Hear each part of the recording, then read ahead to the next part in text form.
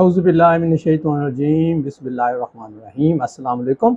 आप देख रहे हैं इदरीस रहमान व्लॉग और मैं हूं इदरीस रहमान। आज जनाब यार जिस मौजू में मैं बात करना चाह रहा हूं और इस मौजू में पहले बात करने से पेशतर पहले तो ये कि इदरीस रहमान व्लॉग को आप चाहें तो सब्सक्राइब कर लें और बेल आइकन को प्रेस करें ताकि इदरीस रहमान व्लॉग के नए व्लॉग्स आप तक पहुँचते रहें।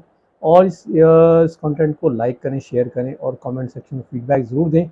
और दूसरा ये कि ग्लोबल डिफेंस व्यू को मैंने एक नए चैनल के तौर पर लॉन्च कर दिया है, तो मैं डिस्क्रिप्शन में ग्लोबल डिफेंस व्यू का मैं लिंक दूंगा। अगर आप इंटरेस्टेड हैं ग्लोबल डिफेंस व्यू पे दुनिया भर से डिफेंस के से और डिफेंस और सिक्योरिटी से रिलेटेड मौज़ूआत पर मालूमात, ख़बरें और तज्ज़िये, तो stay tune to Global Defence View. और आज का जनाब शुरू करते हैं व्लॉग। और आज का व्लॉग बुनियादी तौर पर एक कोई अच्छी पिक्चर नहीं है। अमूमी तौर पर मुल्क में हालात हैं जो इस वक्त सूरत हाल है कि इस मुल्क में इदारे जो हैं वो एक दूसरे के साथ दस्तो गिरबां हैं। मेरा इशारा जो हालिया दिनों में अदलिया और मुक़्तदरा के दरमियान एक जंग सी जो चलती नज़र आ रही है उसकी तरफ है। तो जब ये सारी बातें थीं तो मैं असल में सर्च तो कुछ और चीज़ कर रहा था, तो ऐसे में मुझे वर्ल्ड बैंक की एक रिपोर्ट नज़र आई जो सन 2019 में शाया हुई थी।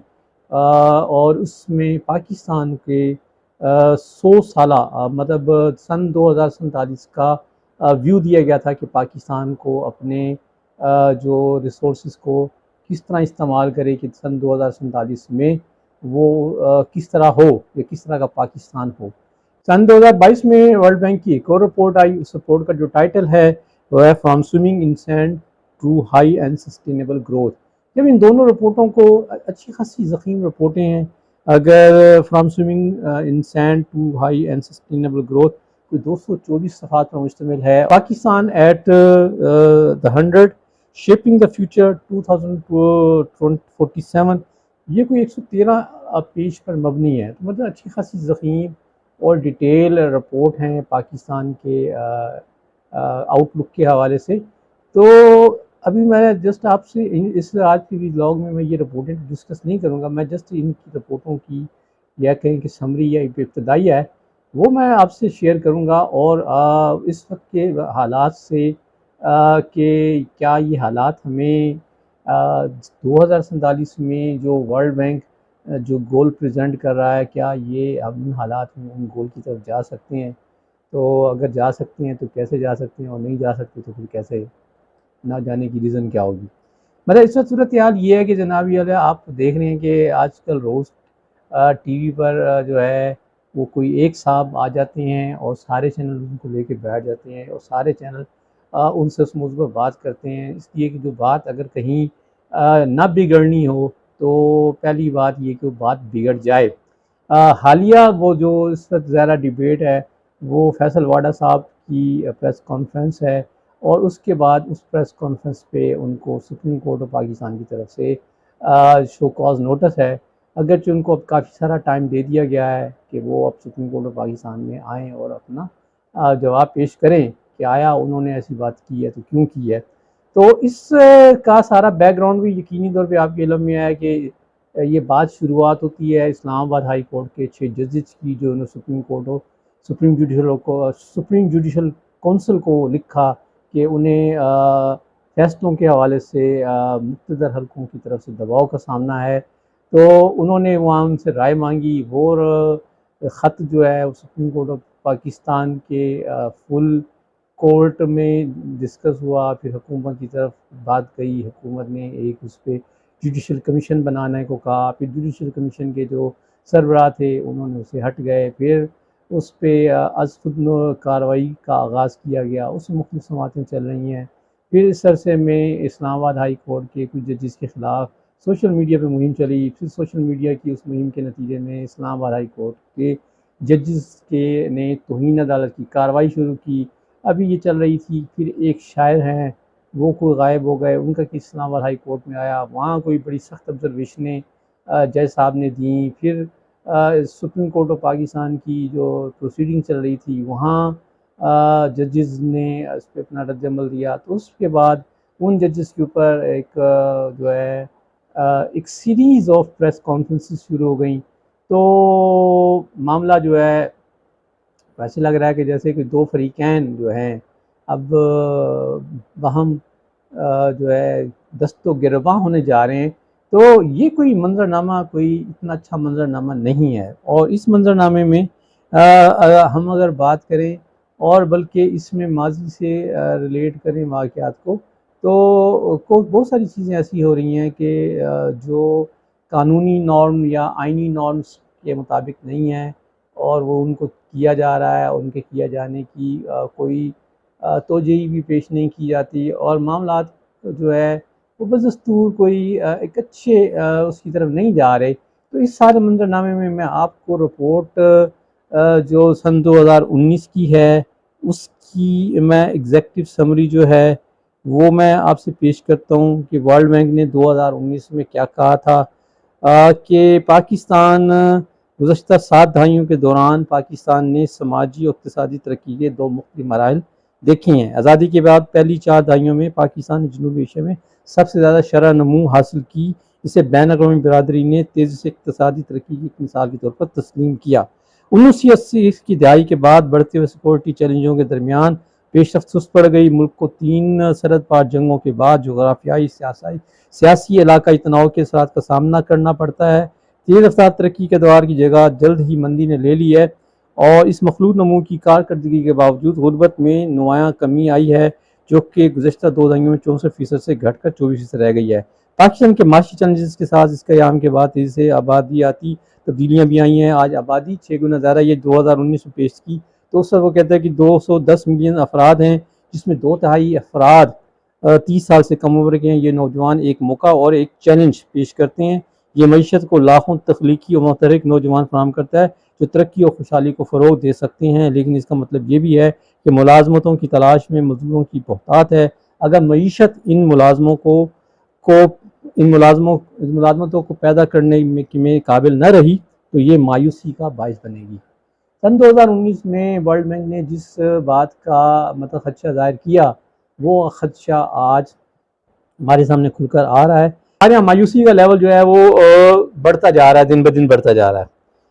اس کے علاوہ کہتا ہے کہ جی ہمسایہ ممالک میں کی نسبت پاکستان میں شرح پیدائش بھی زیادہ ہے. تعلیم اور صحت کی خدمات پر بھی اس کے اثرات ہیں، اور تعلیم اور خدمات کی جو تعلیم اور صحت کی جو خدمات ہیں وہ اس پر وہ دباؤ ہے، اور جس کی وجہ سے پاکستان میں ایک تو لوگوں کی صحت کے حوالے سے ایشوز ہیں، اور دوسرا جو ہے سب سے بڑا ایشو یہ ہے کہ لوگوں کو بے روزگار، تعلیم اور سکلز کی کمی کا بھی سامنا کرنا پڑ رہا ہے. سن 1950 سے پاکستان ورلڈ بینک کا ممبر ہے، اور ورلڈ بینک کا دعویٰ یہ ہے کہ وہ اس سارے عرصے میں پاکستان کی انفراسٹرکچر اور خدمات کے شعبوں میں تعاون کا ذریعہ بنتا رہا ہے، اور مزید آنے والے زمانے میں بھی وہ اس کو کرے گا. اب انہوں نے اس طرح یہ کہا کہ جی report Pakistan at the rate of 100 شراکت داری کے حصے طور پر تجربات فراہم کرتی ہے کہ کس طرح پاکستان اپنے نوجوانوں کو ایک بہتر مستقبل فراہم کر سکتا ہے. اس میں اس بات کا جائزہ لیا گیا ہے کہ سن 2047 میں ملک کی سلسلہ تقریبات میں زیادہ سے زیادہ پاکستانیوں کو بہتر تعلیم، اعلیٰ تنخواہ والی معیاری ملازمتوں اور صحت مند چھوٹے خاندانوں کے ساتھ خوشحال بننے کے لیے کیا کرنا پڑے گا. اس میں ملک کے رہنماؤں پر زور دیا گیا ہے کہ وہ پاکستان کے باصلاحیت اور محنتی لوگوں میں زیادہ سے زیادہ سرمایہ کاری کرے. رپورٹ میں ایسے طریقے بھی تجویز کی گئی جن کے ذریعے ملک میں 1980 اور 1990 کی دہائیوں میں مشرقی ایشیا میں ہونے والی ساختی تبدیلیوں کی طرح معاشی تبدیلیاں لائی جا سکتی ہیں. ماضی میں پاکستان کو درپیش چیلنجز کا سامنا کرنے والے بہت سے ممالک نے اس طرح سفر کا آغاز کیا، اور اب وہ عالمی معیشت میں اہم کردار ادا کریں. جناب اس میں اہم بات بھی بتاتا جاؤں کہ 1980 تک پاکستان کی شرح نمو زیادہ تھی اور انڈیا ہمارے والے لیول پر تھا. آج انڈیا پاکستان کے لیول پر ہے اور ہم انڈیا کے لیول پر ہیں. تو وہ کہتے ہیں یہ رپورٹ جو ہے یہ پاکستان کو ایک رستہ دکھائے گی کہ وہ کس طرح اصلاحات کے ذریعے ایک نئے سفر کا آغاز کر سکتا ہے. اور کہتا ہے پاکستان اصلاحات کے سخت फैसले जल्द लेकर और आइंदा 3 दहाइयों में इन्हें बरकरार कर ऐसा ही कर सकता है। अब आ जाते हैं जनाब आला जो रिपोर्ट है 2022 की 2022 की रिपोर्ट है जिसका टाइटल था कि swimming in the sand for high growth and sustainable development. तो उसमें जो उसने अब मंजरनामा पेश किया, उसने पिछली रिपोर्ट ही का हवाला दिया कि कहता है कि गुज़श्ता 2 दहाइयों के दरमियान पाकिस्तान की फीकस GDP कम रही है, निस्बतन तेज़ रफ्तार तरक्की के अदवार बैरूनी कमज़ोरियों के जमा होने की वजह से मुतासर हुए हैं, जिसके नतीजे में अदायगियों के तवाज़ुन का बहरान पैदा होता है, जिसकी वजह से तरक्की अचानक रुक जाती है। तरक्की एक ऐसा मॉडल जो सरमायाकारी और बरामदात की बजाय खपत और सरकारी ख़याल पर मबनी हो, पाकिस्तान की तरक्की के लिए एक चैलेंज का मरकज़ है। सन 2019 की शेपिंग द फ्यूचर रिपोर्ट में निशानदेही की गई थी कि पाकिस्तान 2047 में अपनी 7 साल उम्र तक अपर मिडल इनकम मुल्क बनने के लिए पाकिस्तान को 6 से 8% सालाना की रफ्तार से शरह-नमू की ज़रूरत है। 3 साल बाद और कोविड 2019 वबाई मर्ज के तबाहकुन असरात से मुतासर होकर पाकिस्तान इस तयशुदा रास्ते से मजीद पीछे हट गया है। लिहाजा 2047 तक अपर मिडल इनकम स्टेट तक पहुंचने के मकसद के हसूल के लिए पायदार और मरकूज ढांचा जाती इस्लाहात की राह पर वापस आने की ज़रूरत है। यह रिपोर्ट इस बात पर गौर करती है कि पाकिस्तान किस तरह आला और पायदार इक़्तिसादी तरक्की के इस रास्ते को पर हासिल कर सकता है। इसमें उन्होंने फिर हवाला दिया है जी अपनी शेपिंग द फ्यूचर 2019 की रिपोर्ट। इस तरह फिर एक रिपोर्ट उनकी पाकिस्तान सिस्टमिक कंट्री डायग्नोस्टिक्स है।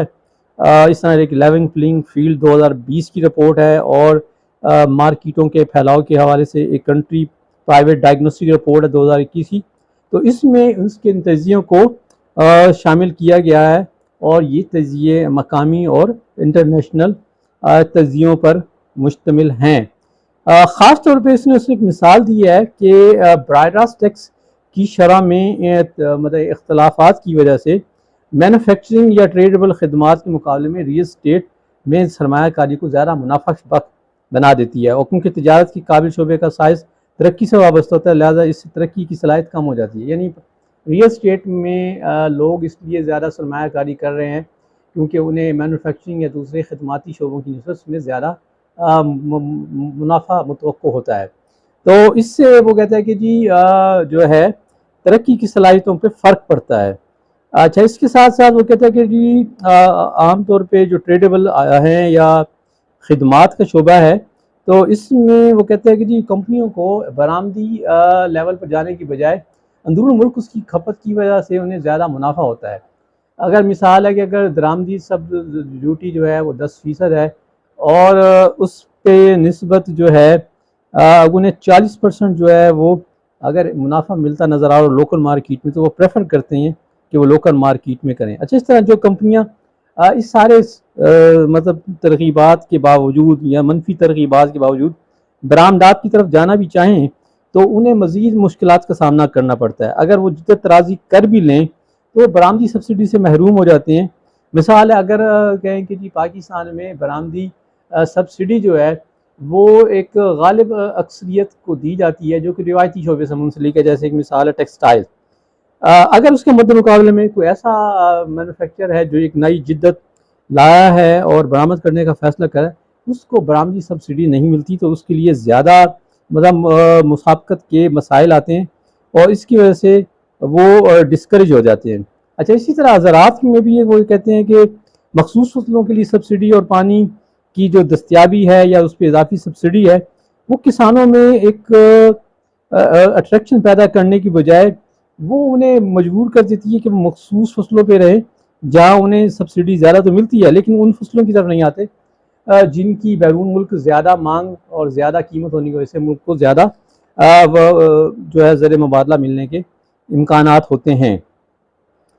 टैलेंट के गलत तरीके से इस्तेमाल की खराबियाँ, इसमें कहते हैं कि पाकिस्तान में तालीम के हसूल के मामले में तरक्की की है लेकिन ये नहीं है कि जनाब के ख़वातीन जो है वो लेबर फोर्स में कोई इतना नुमायाँ हिस्सा आ चुका हो जो कि पाकिस्तान की GDP में कोई बहुत बड़ा रोल प्ले करता हो। تو یہ مطلب یہ رپورٹ کا لب لباب جو گھوم پھر کے بات آتی ہے کہ وہ اصلاحاتی ایجنڈے کی طرف بات کری ہے. مطلب فوکس یہ ہے کہ 6 سے 8%، بلکہ نہیں، اب تو یہ ٹائم گزر چکا ہے، اب ہم تو 2024 میں بیٹھے ہیں. اب ہمیں 9 سے 10% کی سالانہ گروتھ کی ضرورت ہے. تو اب جب کہ ہمارے ملک میں سپریم کورٹ آف پاکستان میں وہ خان صاحب جو ہے ویڈیو لنک پہ آئے اور خان صاحب کی کہیں تصویر نظر نہ آئے، اس کے جو جتن کیے گئے، اور جو ایک تصویر کہیں مطلب جسٹ ایک تصویر تھی جو کہیں کسی طریقے سے باہر نکلی، تو اسی بات پہ لگے رہے کہ جی وہ تصویر کیوں باہر نکلی. اگر ہم سارا فوکس اس بات پہ رکھیں گے، یا اگر ہم اس بات پہ لگے رہیں گے کہ جناب والا کہ جو ہے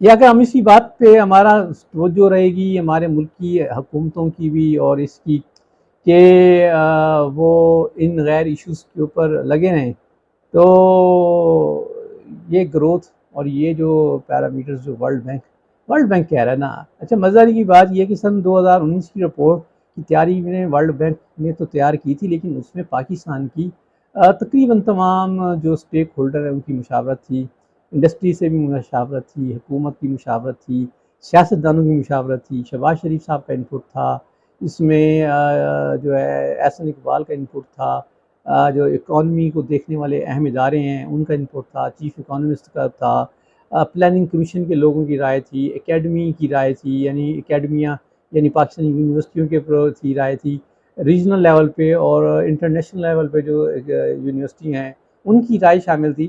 تو یہ مطلب رپورٹ بڑی اس کو بنائی گئی. تو کیا آیا اس وقت سوال یہ ہے کہ ہمارے جو اس وقت مقتدرہ میں جو لوگ بیٹھے ہیں یا ہمارے پالیسی ساز ہیں یا ہمارے وہ لوگ جن کا کسی نہ کسی لیول پر کسی نہ کسی جگہ پر کوئی ڈیسیجن میکنگ میں کوئی رول ہے، کیا وہ ان دونوں رپورٹوں کے مندرجات سے واقف ہیں؟